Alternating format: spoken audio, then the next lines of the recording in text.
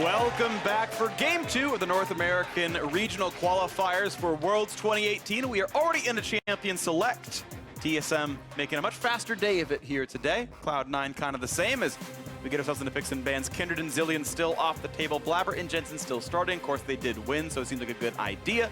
Cloud9 this time around adding just a couple more jungle bans to their first round. Yeah, both teams very eager to get back into this because TSM felt like that one slipped through their fingers. They had, the Baron and a lot of momentum, but Cloud9 with one good engagement put them up 1-0 in this series to get them here today. Again, these bans very similar, but look, TSM has changed one thing. Camille now off the table for Blaber. Very big playmaking and very big early presence. Very big early presence, but also I feel a champion with a somewhat limited champion pool.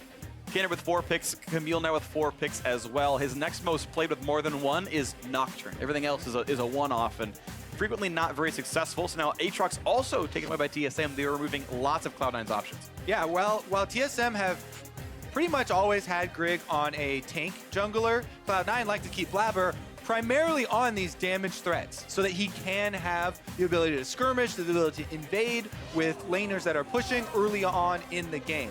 Something that has been banned out against them a lot as well has been the Hecarim, which they did show against Team Liquid and didn't have early effectiveness. The Predator gank early on didn't actually find its mark, and then he just had to scale up, went Cinderhulk first, and Hecarim doesn't then have a lot of punch if you don't, get your Sheen or Training Force or something. But we can see another look at maybe why teams banned it so much against them with another attempt in this game. For sure, going to be exciting one to watch for how he can do in this one. Interestingly, Blaber has not played any Graves all year, which I find odd based on his play style, but never been picked up, and obviously not going for it here. The Hecarim on the table. Xayah Rakan grabbed him for TSM. This is obviously an amazing 2-on-2 lane.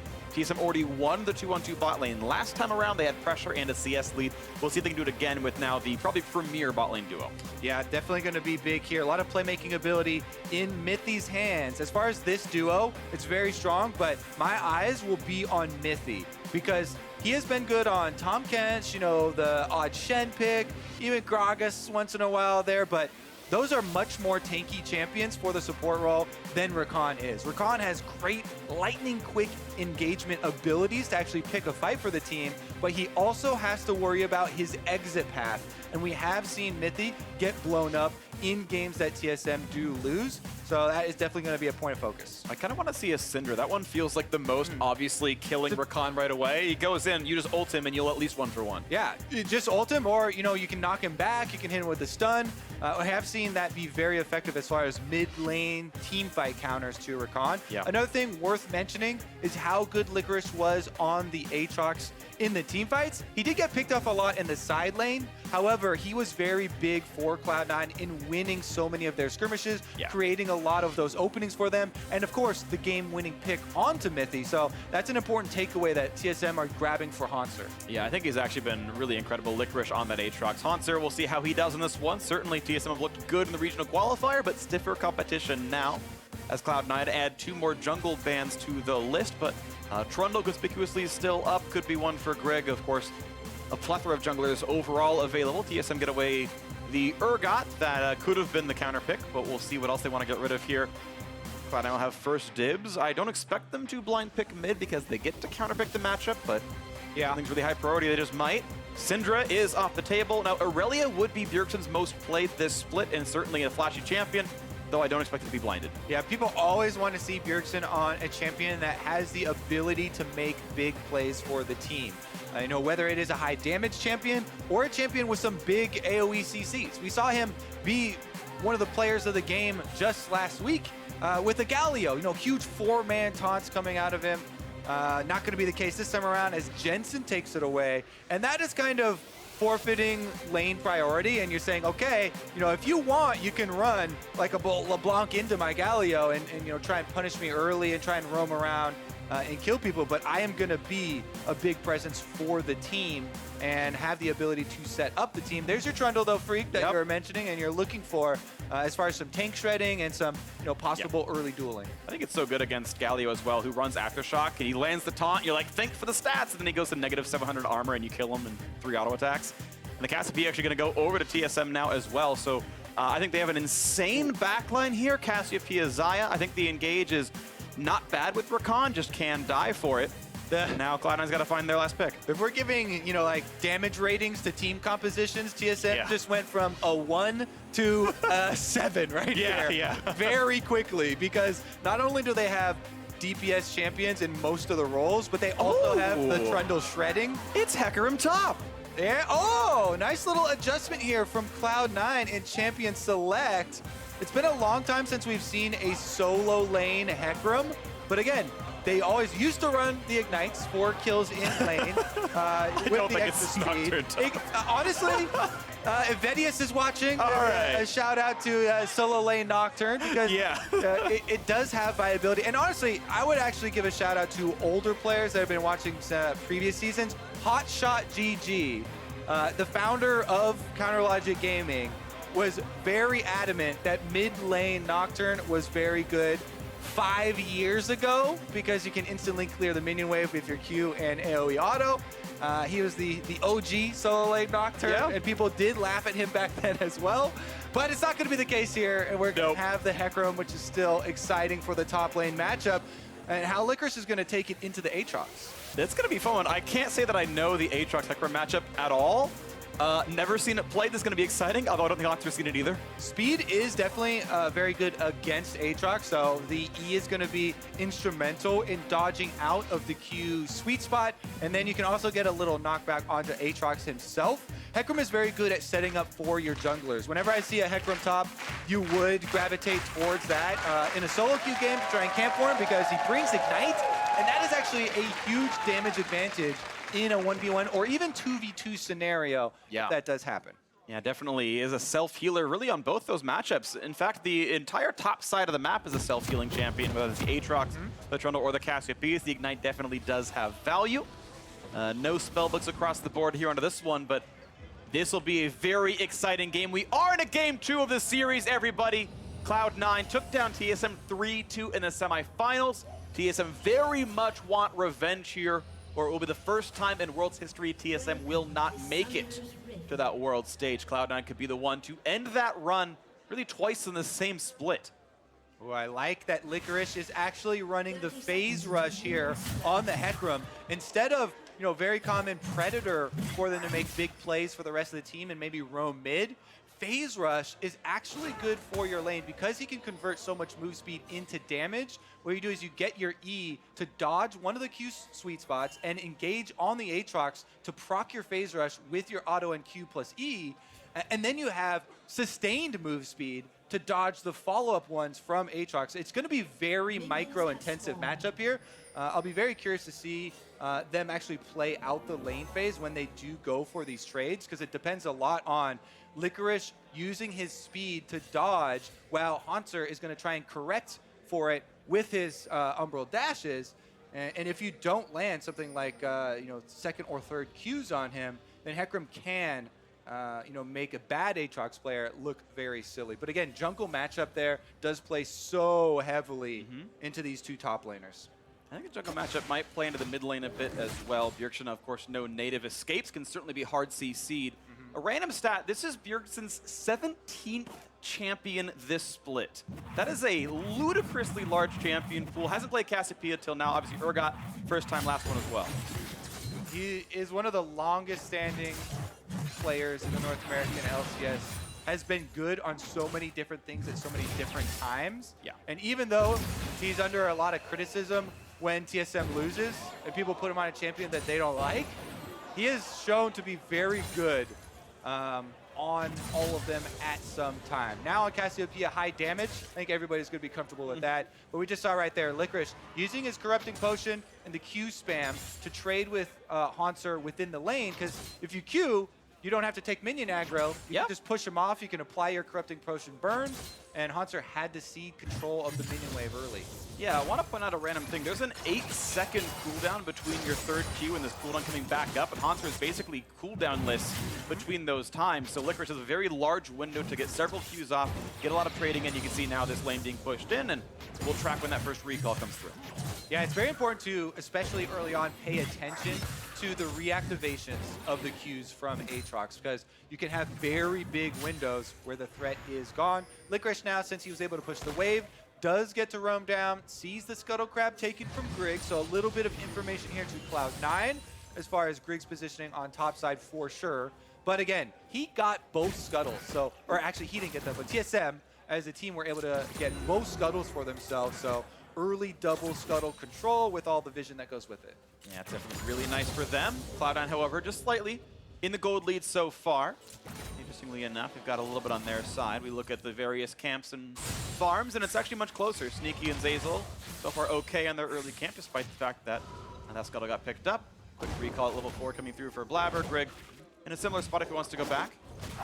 Wait for the first major plays in this game, but so far it's just the farming phase. Now Blaber should go out to the top side because he did the full clear where you go Krug second and then kind of reverse down to the bottom. He's trying to farm up, get that level 6 for Nocturne as quickly as possible. But Grig is already onto the invade. Because they didn't see Nocturne, you can kind of deduce that he went from red up to Krug's side. Grig does go over a ward. I think they know he placed it though, so they may be aware that there could be a collapse. Maybe they didn't see him actually place it. Cloud9 now are going to reveal themselves. Grig on the opposite side. 2v1 onto Grig, pushing him backwards, looking for some damage here. A lot of pain now at half HP. Pillar comes in, the flash to follow. He's fleeing, but he's going to die. And now a 2v1 topside. Hauntzer cutting away. Jensen here as well. Will he flash to follow? Gets the taunt. The knockup. 2 for 0. Cloud9. I actually want to see a replay of Licorice going down to the Tribush to place that ward, but here we go, and engage on bottom too. They're not even done just yet. The knockup's gonna land. Ignite is on as well. Zeyzal, he's got to flash away. He'll buy some time, but he will burn down, and there's gonna be beef for dinner for Zven. What a kill. TSM's bottom side are able to get one back for themselves and kind of reestablish a morale boost for the team as top side was just demolished. And I won this replay. Here we go. Licorice, they didn't have vision of him walking down, but he kind of was walking up there, so maybe a little bit of communication as far as there could have possibly been a ward place, but look at this. You gotta know something is up. When Licorice is positioning like that, Grig though, easy for Cloud9 to focus him down, and on Trundle, there's no more possible escape, so very good by Blaber. He just flashes over, retains the fear tether. Jensen roams up from the mid lane. You can see Bjergsen still in mid lane farming the minions as Galio came up to claim the extra kill. And that was a big swing for Cloud9's top side. Yeah, absolutely huge. And I'm wondering if there was miscommunication on the fact that Galio is coming up, because you could have run towards your turret instead of going for the flash over the wall. He ends up watching into the Galio and gets flash taunted. Yeah, definitely uncoordinated play from TSM on the top side, not quite accounting for the movements of Cloud9. You don't always have to have the perfect vision of the enemy team, but read a little bit into the positioning that they're going for and see if they're giving away anything in a tell as far as which side they're hovering. Meanwhile, 2 kills to Nocturne. Every single time this champion is picked, every single caster talks about this guy needs to snowball. This guy needs to get his damage early so he can use his ults effectively. Well, 2 early kills, level 6 on Nocturne now, does have Paranoia available, and there are flashes across the board that are possible to punish. Xayah's not level 6 yet, and Zven, even though they got the kill on bottom side for TSM, did use his flash. And look at that stat up there, 7.8 to 78 forward percentage. That is how much pressure the Aatrox had in that side lane. Of course, the champion gets taken away. Thank you very much, Stats team, putting that one up there. And this one around, it's Licorice again, finding himself a pretty decent matchup. He's understood a bit more now, but it feels like he does have some level of pressure. And it's a really good point to bring up how Cloud9, when people were talking about how scared they were of this team from scrims, a big reason cited was that they can run anything at a high level. And this swap of a Hecarim, which is even surprising in a jungle pick. Actually, Jensen take you a lot on the way out here. Forward is weird. But even a Hecarim jungle is a fairly rare occurrence, right? But also having the ability to swap it topside into a good matchup into the Aatrox here and being able to have Licorice play it quite well. Blaber now going for an invade. No flash on Grig. They're going to be Zeyzal coming across. He does not have his own flash, nor does he have Hex Flash. He can't get away. And that's going to be Pillar keeping that Trundle safe, or the Blast Cone, rather. Yeah, Blaber, he saw the Blast Cone. I think he was almost in range, or had to theorize that he was going for it there. So a little questionable use of the ult, because the ult right now was such a powerful tool. Yeah. With a lot of TSM laners not having flashes. And he does kind of waste that one, but we'll see what the pause is about in a second. And right now it's Zven talking with the refs. Maybe it's on him and it wasn't even about the junglers fighting, but again, we'll wait to see. Speculation will be later. Either way, it's still a pretty close game. Okay, looks like it is Zven specifically, so we'll get into that at some point. But yeah, very close game. That 2-for-0 on the top side, obviously really, really good. The Nocturne is going to have a really healthy recall when that finally comes through. The misplay on the bot side, like completely unrelated, just thinking they could have taken down Rakan. Obviously, that was wrong from Zeyzal, and they're able to burn through that aftershock. So it still feels like a game where Zven can be the one to tip the scales here for TSM's side. He has a Cassiopeia backing him up, but Xayah with an early kill is going to feel great. All right, QC has informed us that they are investigating a hitch on Zven's screen right now. So I'll look into that and get right back to you. But man, what a different look to this game 2 than what we had in game number 1. Cloud9 success on the top side, but again, TSM did get their 2v2 kill in lane versus Sneaky Zeyzal on the bottom side, and Xayah Rakan now just getting to their level 6 spot. Where Mithy will have the opportunity here on this Rakan. We said big magnifying glass is going to be on him for this game because he is the one with a lot of powerful potential for engagement on his Rakan. We know with Flash and level 6 becoming available soon, he has a possibility of setting up his team. Yeah, I agree with you. Rakan is I think, 80% of TSM's engage tools. Like, yes, Aatrox can and Trundle can, like Flash Cassio ults can, but it is mostly all on Rakan. It's on Mithy making good choices. It is a player, or he is a player, I should say, who's been maligned a lot this year, I would say, from having some very bad choices. There have been some pretty infamous Tom Kench ults, bringing the team into death. Like, he has had some bad decisions made before, but I definitely think he's been looking better and better and better in the postseason. A great player, a huge veteran, of course, of the scene. And I do think that with the extra gold in his pockets as well, I think he'll have a really good chance at being the one to start the fights for TSM and pick the right ones. And it can be a very difficult job when you are Rakan because you are so squishy that you have to pull it off that quickly. And when there's a Galio and a Nocturne on the enemy team, it can be very difficult to pull that off without the counter engage coming through because Blaber and Jensen can both answer one of those engagements from a fairly far distance away on the map if they have their ultimates available. It's up to TSM to coordinate those. Meanwhile, Cloud9 signaling that they are ready. So TSM, if they're ready, then we can get back into it. All right, I was told Zven thought he saw a hitch on his screen. Looks like we're back okay. No chrono break, just into the game we go. And that BF sword gonna feel good. Extra boots because of that extra kill down there, but look at this with pressure on the bottom side. Cloud9 feeling pretty good, and Infernal Drake will go over to Blaber after forcing Grig away. Yeah, quick pick up there.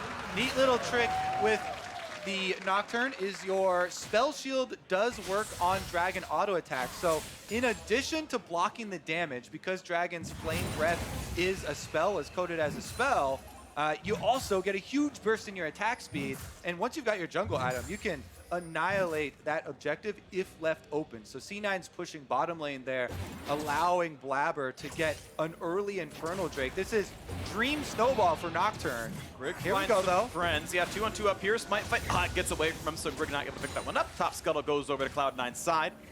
In this game within 300 gold. All right, TSM's bottom side. Kind of threatening here in the minion wave. They're forcing Cloud9 off and trying to deny as much as they can. This is TSM's area of strength. While they have to worry about the Nocturne Galio combination, turning it around on bottom side, they still want to get as much out of this as possible. Mithy also clearing out some vision for themselves, to try and set up. All right, well, let's see for the next plays. Of course, break off the table, and Rift Herald spawning in 45 seconds. That might be the next one on the top side. See some shove in bottom. They're currently up 20 CS. Half of that's going to get answered back as wave gets felled. And a no ever blue buff goes over to Jensen as he knocks in a blast cone, or a Scryer's Bloom as well. Mid lane is equal. The one Jensen roam has kept him still in a good spot in CS. Top side within a wave. Bot side a little bit farther apart, but not terrible. All right, Licorice is able to pick up his mallet on the way back too, and with the Phage, you get a lot of value from the extra move speed on proc. It's going to help him out quite a bit in the trades. So even though it's one of these like mini half items, pretty good purchase for him. Does get his recall off. Doesn't have to use his teleport, We are keeping a very close eye right now on cross-map plays. Both top laners are ready with teleports.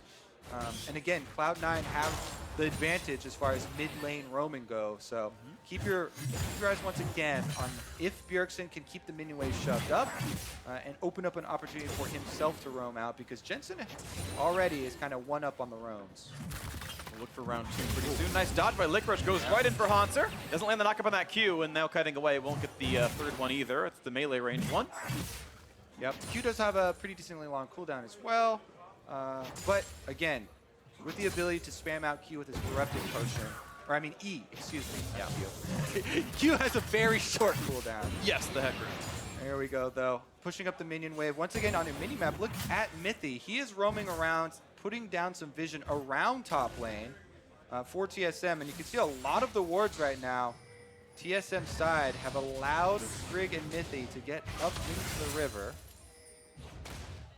Alright, not the gank just yet. Going for the knockup. Now it's going to be a fight in the mid lane. 3 versus 2. Looking for a lot of damage. The flash forward. A third kill for Blaber, but here comes Mithy looking for the charm. Gets the flash in. The knockup gets the kill onto Jensen. Now it's going to be Grig running away. Does have flash, but he flashes too late. Zven now joins. It's a 2-on-2 down here, as it's going to be a very late join for Sneaky as the kills are traded back and forth. The 2 for 2. A knockup on a Zeyzal. He pops the ult. He's going to get away as the kills are traded back and forth. A wave lost in bot, but Sneaky late to the fight. Yeah, early roam from Zven and Mithy bring the extra guy to the battle. That means they get to chase down the extra kill. Up until then, Blaber was putting out so much damage that C9 had the advantage in the skirmish, but that shutdown is very big. Again, the TSM bottom lane is what they're counting on this game. 2 kills for Zven now, plus that was a shutdown onto the Nocturne, who had racked up 3. Yeah, and I think that kill did go to Zven, so he is in a very good spot. And looking now towards the bottom lane as they regroup to this side of the map. We had ult for ult on the top side. Licorice ulted, and then Hauntzer popped his to stay alive. Ignite's still there, and it's going to be the recall out for Hauntzer. So it is that Aatrox pushed out of lane. A little bit of time given to Licorice, as his sustain's not too bad. Watch that fight in the mid lane once again, as it was very close. Yeah, so TSM had just put down a bunch of control wards, so they were waiting in the fog of war to try and pull off their own gank, but Cloud9 had 3 people heal early, and Blaber doesn't hesitate to flash on Bjergsen, so they get their mid laner down first, even though Mithy does go in and finish off 1-for-1 mid laners. Since Zven roamed up and Sneaky stayed bottom to push the wave, he gets the shutdown kill here on Nocturne. He's able to get a lot of gold back for TSM. Blaber's very close on ultimate yet again. He's right on that timer, has the ultimate yet again. So this time a flashless, cleanseless Bjergsen. Now Jensen can't flash to get in, but he can ult to pile drive on top of that Nocturne. And as Grig kills that ward, he goes down to the bottom side, waiting for that play. Only level 9 Nocturne though, not the extended range. Has to be a little bit close to make those plays. Still not that fight in the mid lane yet, but it is on a knife's edge. At any point he can go for that fight. Yeah, Bjergsen staying at range there, not really giving an opening for the Nocturne Galio combination to get him. Without flashes of their own for Galio Nocturne, it's actually hard to force it on that Cassiopeia so close to the turret, because they cannot dive the turret and take that damage in addition to the extra move speed and possible ult counter engage. Nice pull back there, and Licorice going to have to lick his wounds for a couple of seconds. Hauntzer still coming forward, but now Blaber coming to turn it around, and the Trundle is nowhere to be seen, so the roam's coming up. This could be a pretty easy dive. Hauntzer resultless. He doesn't have an easy way out of this fight as the wave comes in. There's the ult in, Nocturne will pull the aggro, and down comes Galio, getting away from the knockup, but he's feared. He does not have anything but the flash, and it won't matter. Jensen picks up that kill, 5-3 Cloud9. Will they try and bully down this turret? They have to push another minion wave if they really wanted to, and TSM do have members still on bottom, so it might be a race here to first turret bonus gold. It looks like Jensen pulled off of the turret race for Cloud9 on top side, but they left Blaber there, and that's going to be enough, I think. They should be able to get it with Nocturne's extra damage. Yeah, looks like Cloud9 is faster. That will be the extra 300 gold coming in. And only by about 3 seconds, but I guessed that timer correctly. Trades on both sides of the map. You're going to see plus 17 farm for Zven on the bot side. Plus 9, but a couple of assists in there for Licorice up top. Yeah, it has been C9's story for the top half of the map, with Jensen roaming effectively, Blaber getting a lot of the kills, Licorice playing the Hecarim into the Aatrox very effectively, but the opposite has been true for TSM. Their bottom side, Zven and Mithy, the Xayah Rakan, taking objectives for the team as well here. Cloud9 now picked up on top of this one, so it's a nice commiseration for not getting first turret gold, as Rift Herald will be grabbed. No issues at all, and looks like he watched the game yesterday. Blaber waits to grab up that little sigil. Yeah, it's very important, actually. The possibility of getting a kill somewhere with Nocturne is so high since he's got these early kills and got this early lethality with his serrated Dirk and plenty of damage to back it up. If you Nocturne ult, kill someone off in a lane, and then activate Rift Herald, you can get 2 turrets in a quick push if the enemies are not quick to send more people over to defend. So that's the play I'd be looking for, rather than just a single turret, maybe mid or something, activation. Try and go for the big cast-in, right? Try and get the kill plus, you know, the double push. Meanwhile, though, it's going to be interesting to see these 2 points of power converge. When the Nocturne tries to take down the TSM bottom lane, will Zven, with his ultimate and full summoners available, be able to stay alive? Because if he can, he's so fed right now, he'll put out significantly more damage. Yeah.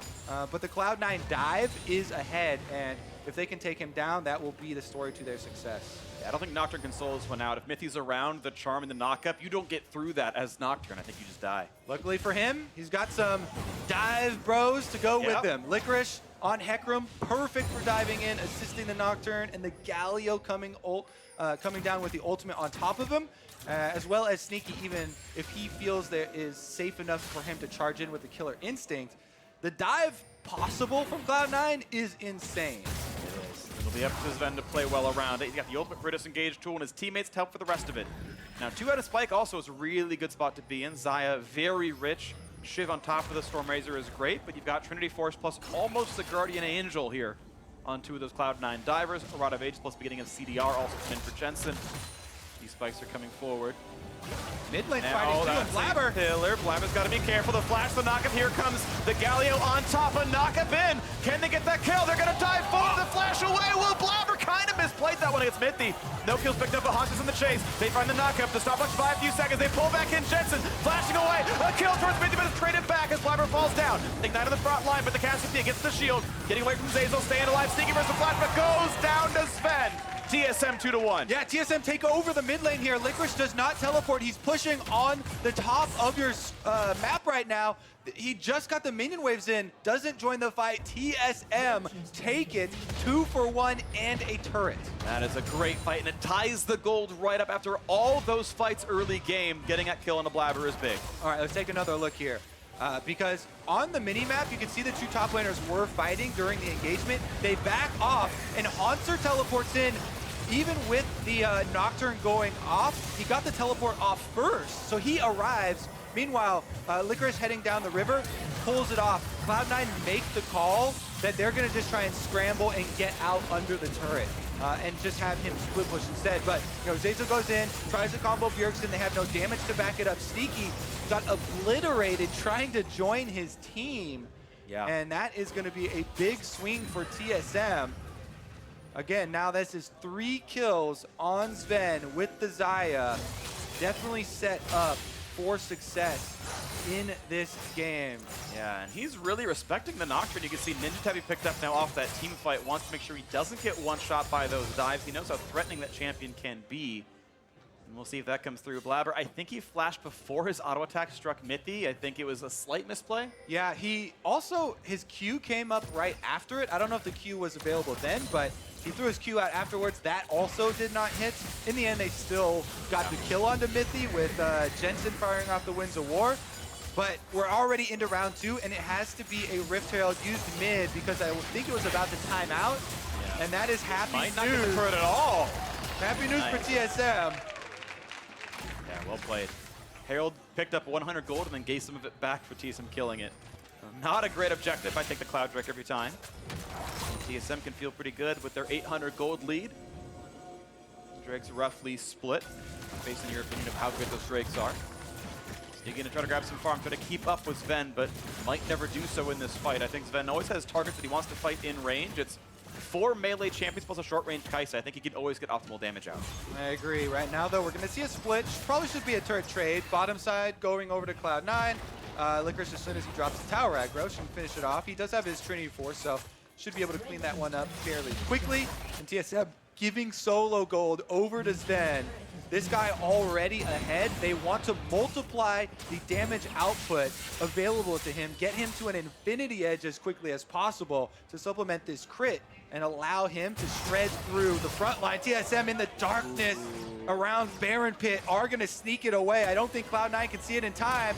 Oh, Spot doesn't happening. Can the team join in though? 4,000 health onto Baron. This time, no 2 smites. So it's up to Blaber showing up, and it means TSM will disengage.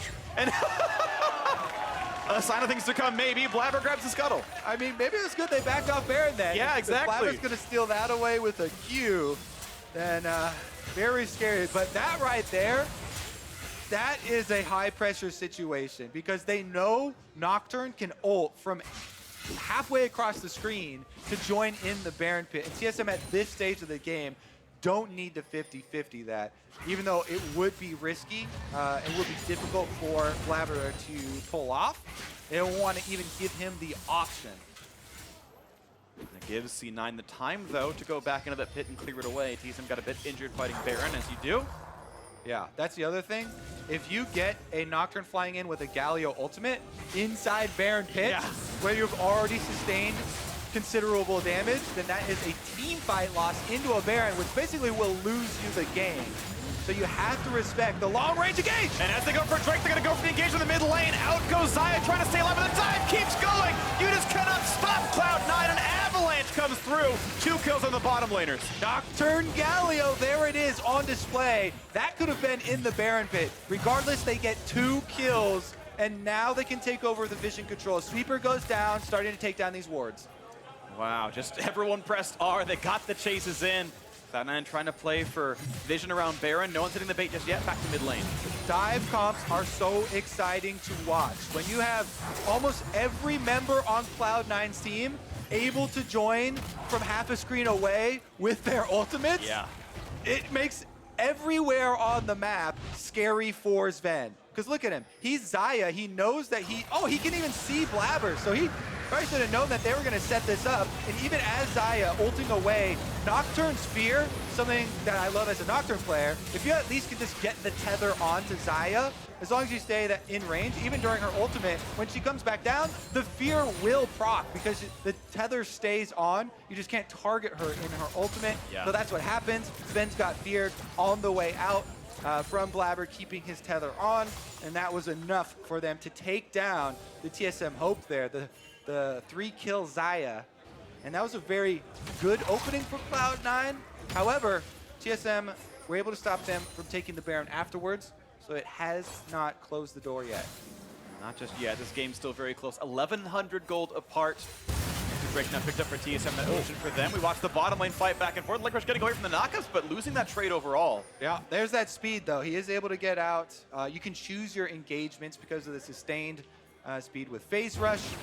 And he's just going to back off, heal off the scuttle. Again, though, story from game number 1. You guys are just joining us.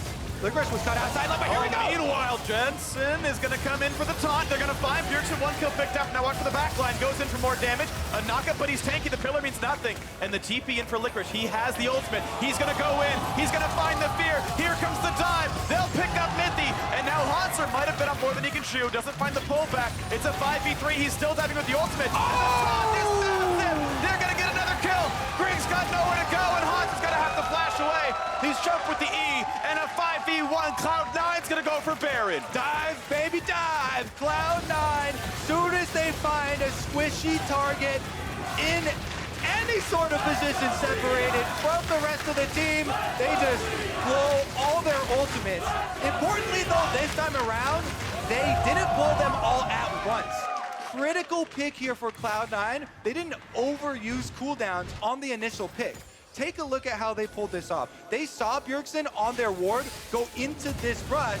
Then when he jumps out, it's just the 2 ultimates from Sneaky and Nocturne to finish it off. So they still have the Galio and Hecarim ultimates for the secondary engage.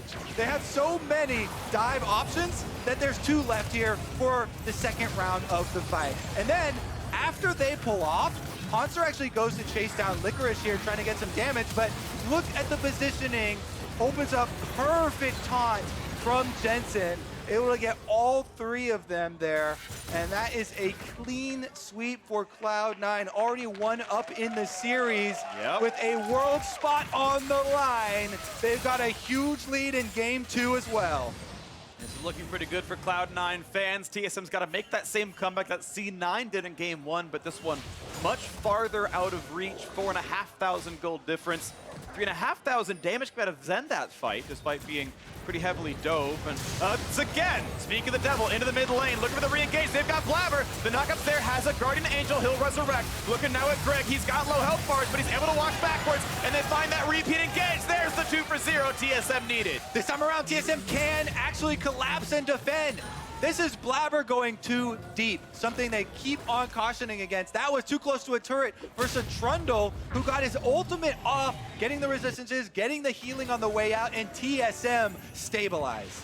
Well, they stabilized by getting 2 kills, but there were no objectives to pick up. But an objective is stopping Baron push. So if you take down 2 players here, that is actually next on your objective list. Blaber dives too far in, getting shot by the turret. He gets taken down. Jensen trying to follow up on his engage. He gets killed, and that is such good news for TSM because so much of this Baron buff now going to waste and not being used by Cloud9 to push in. That's absolutely the case here. So it's now only 3,000 different, and Baron just on 3 of them. Only 1 minute left. And you're right, Kobe, the push has been stopped. It could be a worse Baron power play than the TSM one, which was 2,100 last game. Ocean Drake spawning in 50 seconds. That will stand on the top of Baron buffs lasting on those 3. So C9 likely to be given that one. Yeah, they definitely need to calm back down and set up vision first. Couple of steps here, get a little bit extra vision because they are the ones with the very threatening pick, right? If any of these TSM carries are separated from the rest of the team and trying to face check or anything, that Cloud9 have a very easy option to engage on them, but they have to do the setup work.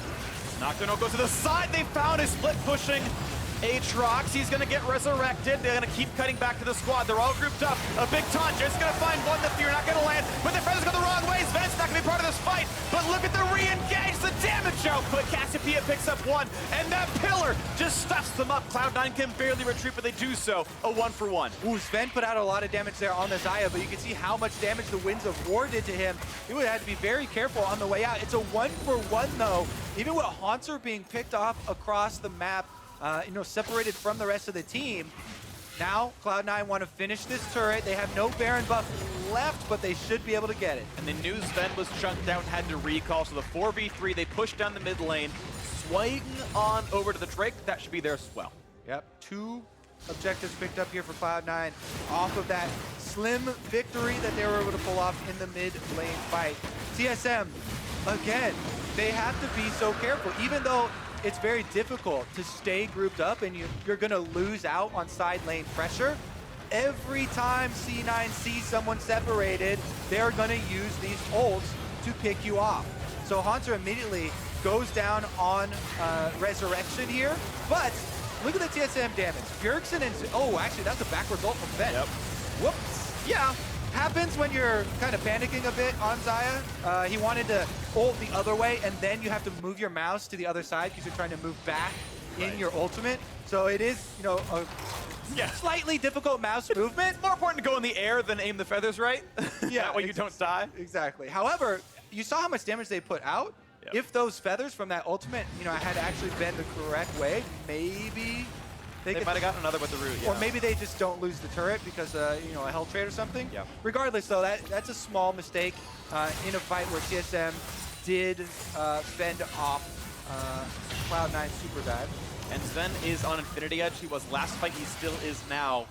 He's going to be huge in team fights again. 4 melee with feathers passing through everything. This is like the ideal Xayah kill everything composition to place against. Yeah, TSM have all these hopes on Zven and Bjergsen scaling huge DPS sources. They can't make mistakes like that, right? Yeah. Yeah, they got to make sure they can line up their targets, but it's certainly doable. 3,500 gold. This is well within reach on both sides. Game 1 was a comeback for Cloud9. TSM can easily make the same happen here. Neither team has ever missed Worlds and they had the chance to play for it. Cloud9 might be knocking out TSM, or maybe the opposite if the comeback will come through. What a year for both of these teams. Long journeys, both of them looking for recognition. Now Licorice on the run. Last come from X. Good pillar as well. They're waiting to see if they can force the ultimate, and they will do so. Hoping to get that cooldown out of him, they get it. Pretty good heads-up play there from Mithy. Yeah. Does use his ultimate to get that to happen, but they get the Hecarim in exchange. So not kind of all costs thrown out, but we'll see if it does actually matter because both of those ults are pretty low cooldowns. They are. You got 20 CDR from Trinity Force, and I'm expecting Celerity, I guess, instead of Transcendence. So yeah, just the 20 CDR in this Hecarim, but still going to cut that down a fair bit. Blaber looking for a blue buff steal, and TSM, I believe that Trundle was spotted by the Scryer's Bloom. No, he wasn't, so he's going to walk in there, and ooh, Smite plus Sneaky W grabs the blue buff.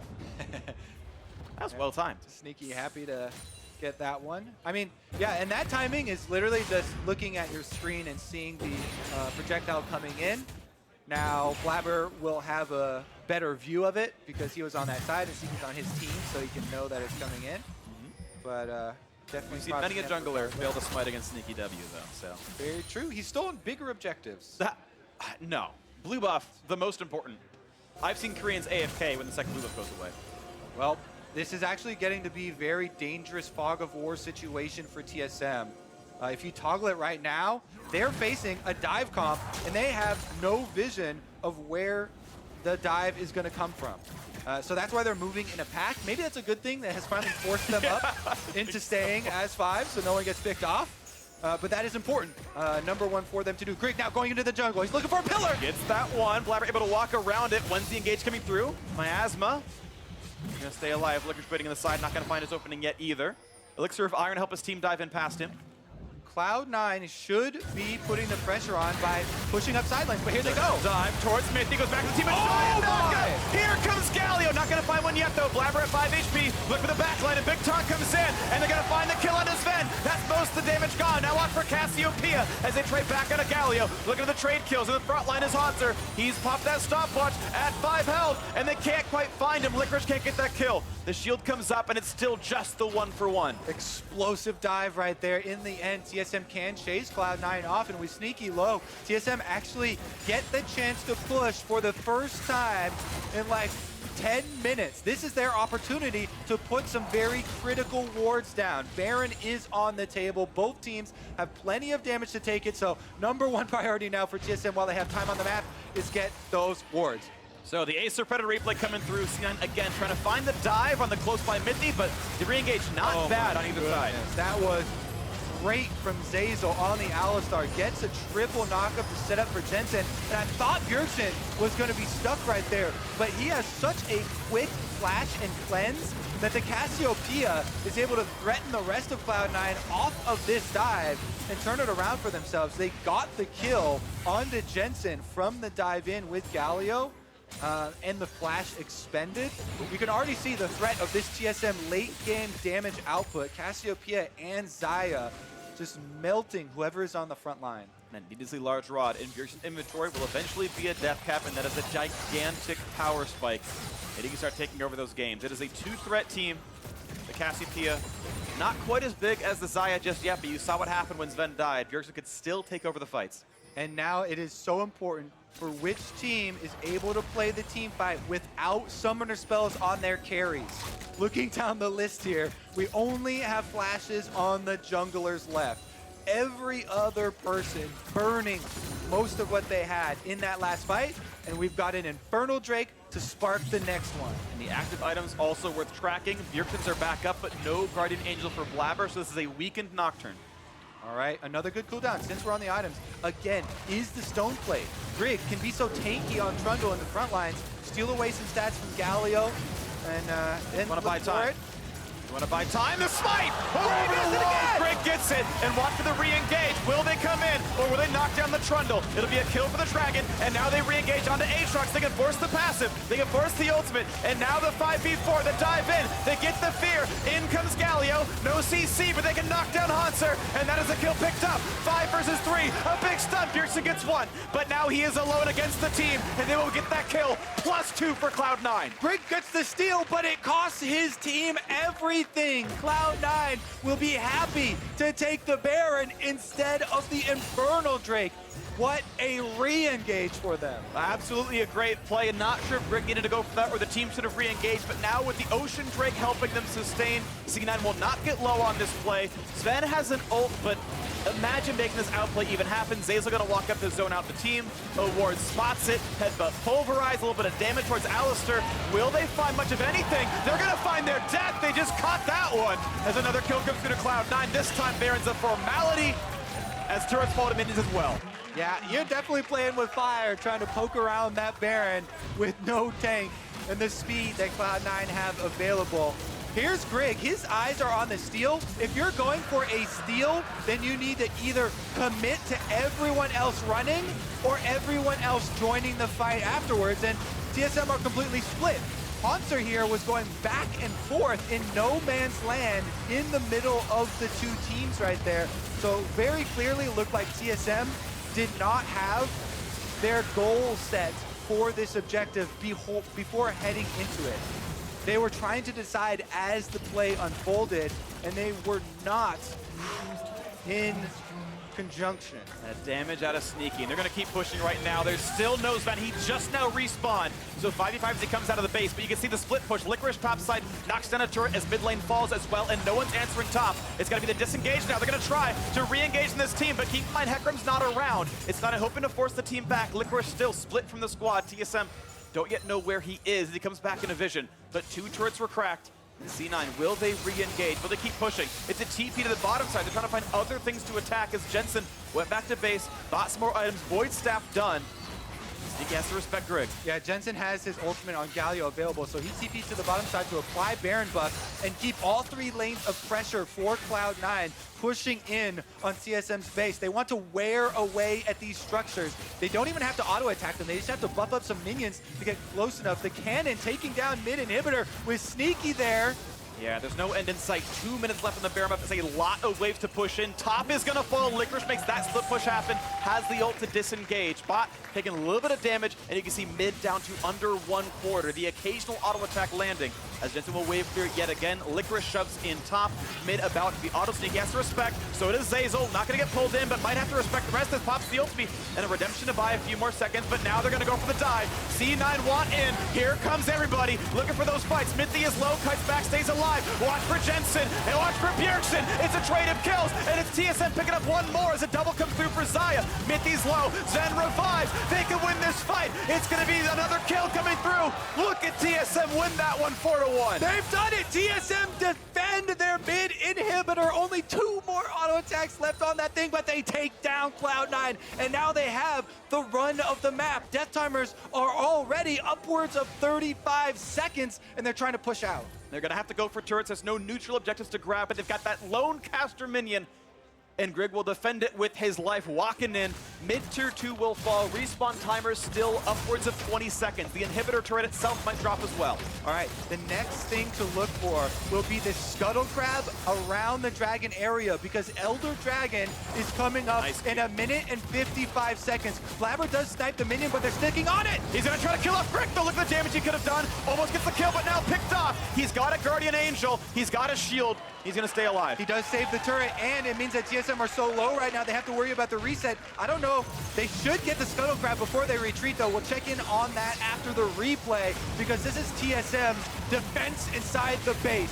When they needed to pull it out, Mithy goes for the counter engage on the Sneaky and then dodges out on the Galio. Oh, look at Bjergsen and Zven so low, but because he has a Guardian Angel, TSM's front line can re-engage, and Sneaky gets flashed on and is unable to get out.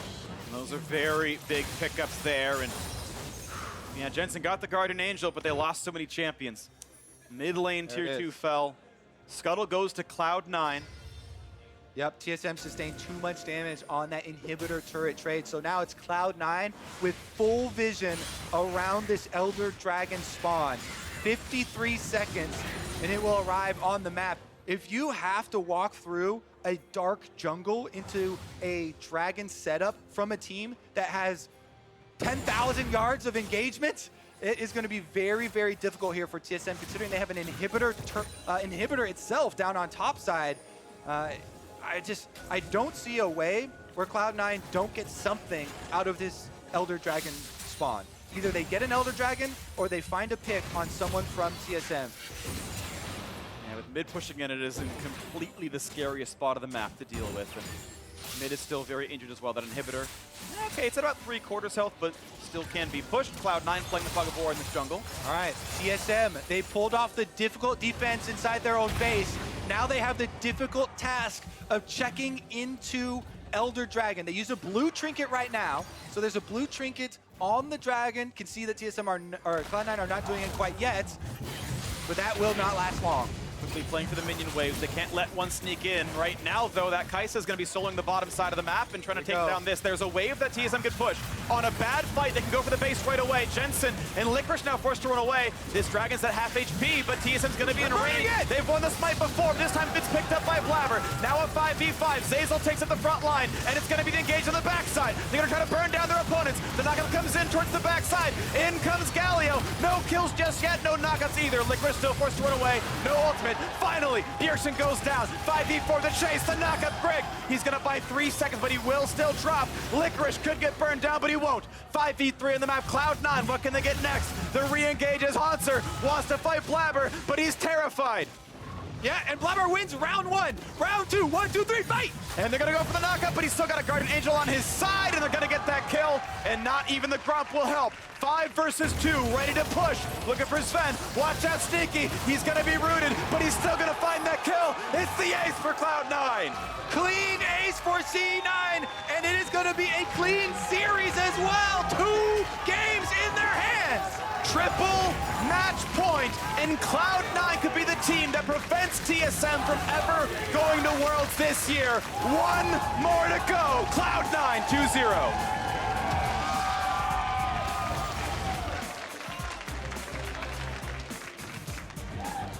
What a road it has been for this C9 team.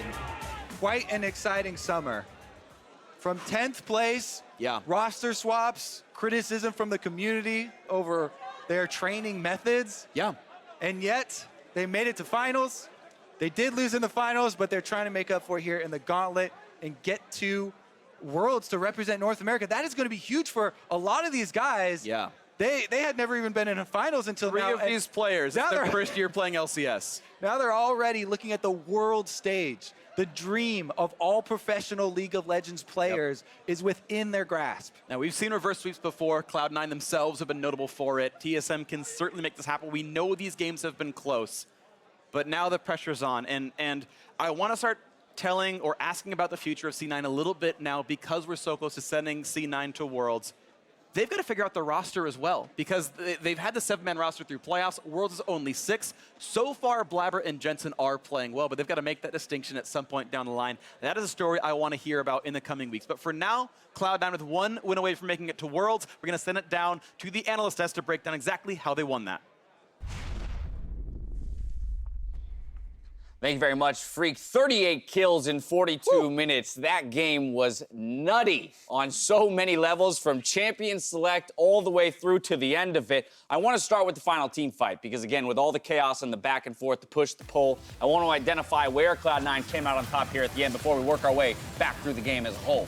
I mean, this is a really tense situation. There's 2 Dragon stacks on. Zeyzal's basically going full decoy duty to stop Grig from getting in, who was outsmiting Blaber, so he was able to make sure Blaber could secure this so they could use the Elder buff burn in the fight that followed. Oh my god, so close. Mithy goes in to try and zone back. The Galio ult doesn't really hit anyone, but they get Bjergsen in stasis, and then just Galio and a Kai'Sa W pops him on top of having the Elder burn, which is really important in spread out fights like this. Yeah, one of the things I love there that they did is Licorice held on to his ultimate, whereas the majority of fights he was initiating with it, and then the Galio would follow. They swapped it up there at the end. He just went in with the Z Galio off of that. Picking up these necessary kills here. Sneaky with a big play going in 1v2 on the back. Yep, being able to stop the recall to make sure that they got the kill there was pretty huge. And it's a close series, dude. This is a crazy, close crazy 2-0 game. Very close 2-0. Very, very close 2-0. But I want to make sense of the draft that was pulled out here from Cloud9. We have seen them bring out the Hecarim before, but it's always been in the jungle and to very little success. This time around, flex it up to the top lane. They pull that Nocturne in.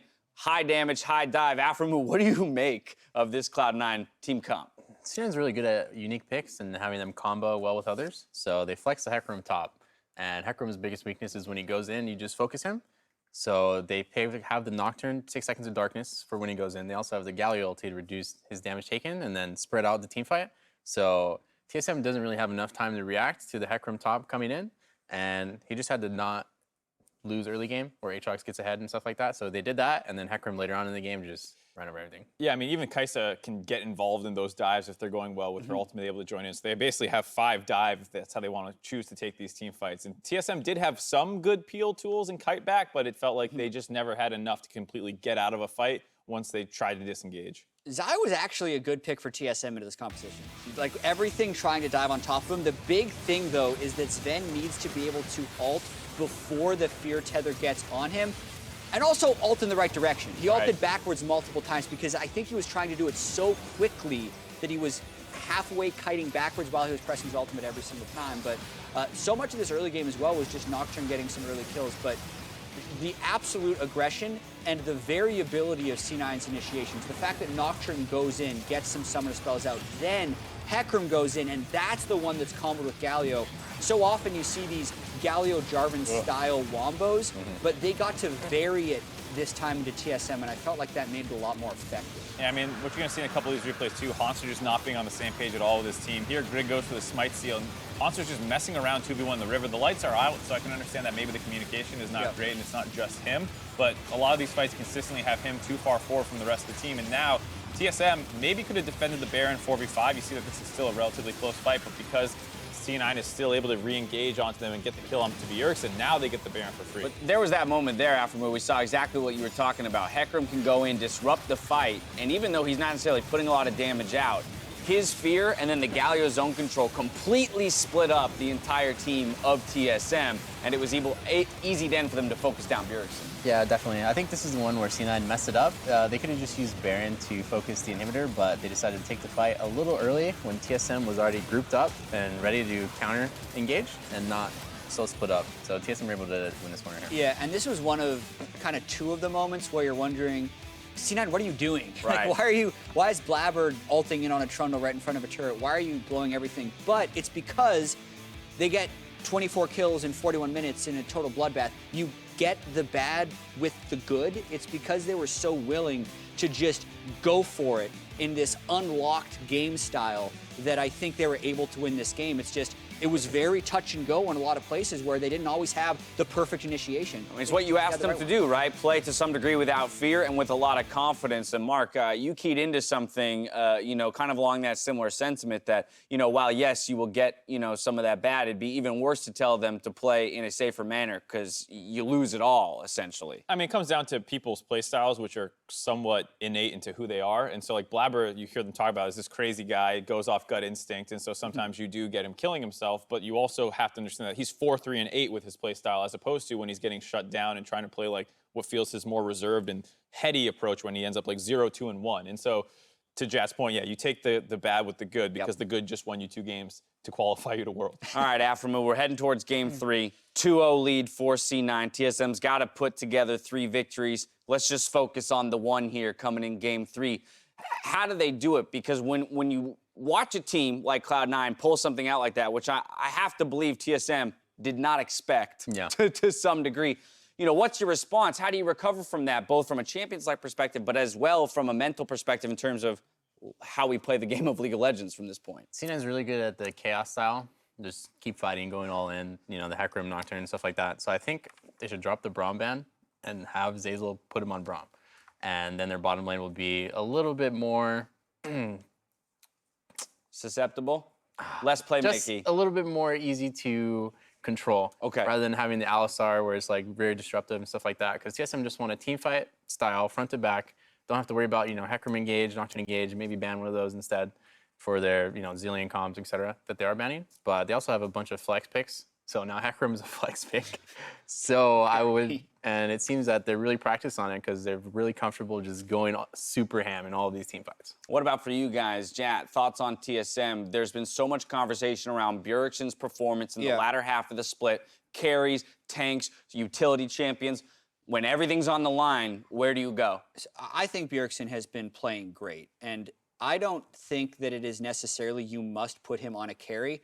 I actually want Grig on someone who can initiate. I think Trundle is his worst champion. He hasn't won with it in the last month. He's played it 5 times in playoffs. Like, don't do that. There's so many other initiators you can put. And then make the composition work around that, because Bjergsen is their best player. He's playing, I think, as well as he has actually for years, but when they're not picking him in synergistic situations, it's not working. So I think Zillion's fine. I think Galio will be fine, but I really want to see them get initiation, because if TSM has the setup for a play, C9 hasn't been good at reacting. So TSM needs to get in the driver's seat. Yeah, to Jat's point, like, I don't care if it's Jensen or if it's Zillion and Camille, or if it's Aurelia Sejuani. I don't care which of those two they're playing. Those are 2 different styles, but at the end of the day, it's a synergistic combo, and that's what Jat's looking for, and that's what I want to see. I want to see the playmaking around Bjergsen. All right, synergy, tools to go in. You need to take the initiative here if you want to take some games in this best of 5. We're hoping for 5 games, which means TSM needs to put some wins together. They got to step it up now, or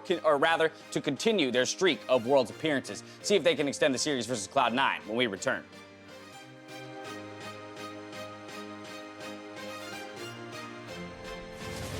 Kill this guy. There's a huge wave, I don't know. I'm here. Okay. He's gonna flash him. He's dead. Oh, let's go. Xayah. Look at Xayah. Look at Alistar. I'm on Xayah. Flash. Oh, Hecarim's killing Ali. Hecarim's ulti. Hecarim's not coming. Yes, can we take it down? They're gonna go for the engagement in the mid lane. Out goes Xayah trying to stay alive, but the dive keeps going. You just cannot stop Cloud9. An avalanche comes through. Okay, do we want to... I need help. I'm toting. Xayah. Trundle. Go Baron. Let's go. Take the Baron, guys. Watch for Jensen and watch for Bjergsen. It's a trade of kills, and it's TSM picking up 1 more as a double comes through for Xayah. Yo, I'm gonna go. Okay, it's all You're going? Okay. I'm coming, Tiki. Tiki wins. Nice. Guys, let's go.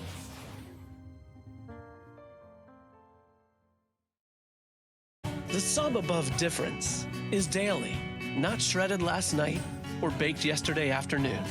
Good ingredients, prepped fresh every day. Because that's what daily means. Jersey Mike's. Be a sub above. Rated T for Teen.